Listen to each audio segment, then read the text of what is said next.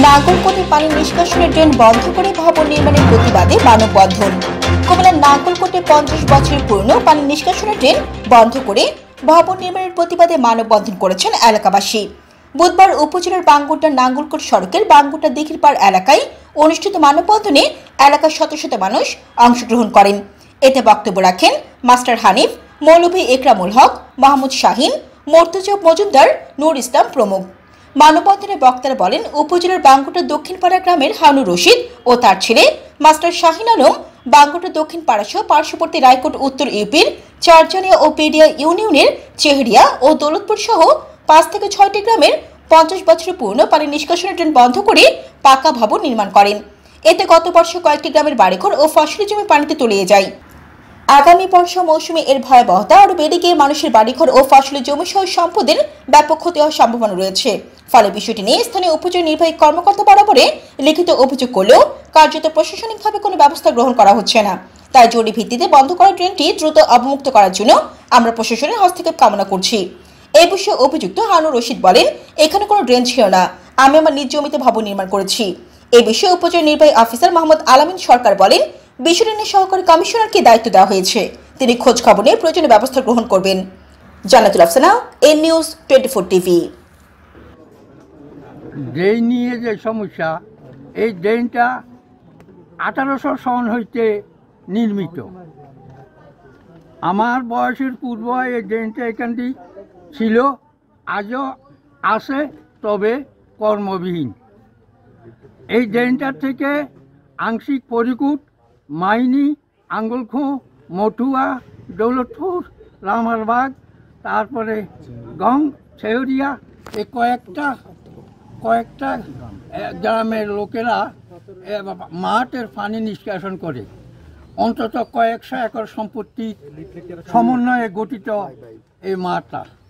সাময়িকভাবে এই ড্যামটা আংশিক, কোথায় পূর্ণ অংশ ইত্যাদিভাবে অবরুদ্ধ হওয়ায় আমরা এই এলাকাবাসী পানিতে ডুবে যাওয়ার সম্ভাবনা দেখা দিচ্ছে। আমরা আশা করি হারুন গং, তার পুত্র জামাতা ইত্যাদি মিলে কিছু করছে, আর বাকিটা হয়তো পরিবেশগত কারণে বা প্রাকৃতিক কারণেই কিছুটা আটক হয়ে গেছে। আমরা বর্তমান বাংলাদেশ গণপ্রজাতন্ত্রী বাংলাদেশ সরকারের নিকট এবং ওনার কর্মকর্তাদের নিকট আবেগ ভরে আবেদন করছি, এলাকাবাসী আমাদের এই ড্রেনটা পরিষ্কার করে দিয়ে আমাদের কয়েকশো একর সম্পত্তির ফসল, গাছপালা, এখানকার মৎস্য জীবনের কাজ এবং বাড়িঘর ইত্যাদি রক্ষা করার জন্য আমরা সরকারের নিকট আকুলভাবে আবেদন জানাচ্ছি।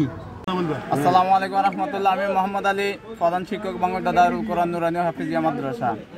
সম্মানিত সাংবাদিক বিন্দু, আপনারা দেখতেছেন আজকে আমাদের এখানে হাজার হাজার মানুষের মানববন্ধন। এই মানববন্ধনটার কারণ একটা, আমাদের হৃদয়ে অনেক ব্যথা। এই ব্যথার মূল কারণ হারুন অ্যান্ড গং, সে তার নিজস্ব ব্যক্তিগত শক্তি দ্বারা, তার জামাতা বা যারা ম্যাজিস্ট্রেট আছে তাদেরকে দ্বারা সে ক্ষমতা প্রয়োগ করে বা আমাদের যে লক্ষ লক্ষ মানুষের যে পানির ড্রেনটা, মিজান সহ যাদেরকে নিয়ে সে আমাদের এই পানির ড্রেনটি বন্ধ করে দিয়েছে। আমরা বাংলা দক্ষিণ পাড়াবাসী এতে খুব ফসল সহ আমাদের যাবতীয় যত রাস্তাঘাট সবকিছু তাদের এই পানির ড্রেন বন্ধ করার কারণে জলাবদ্ধতা সৃষ্টি হয়।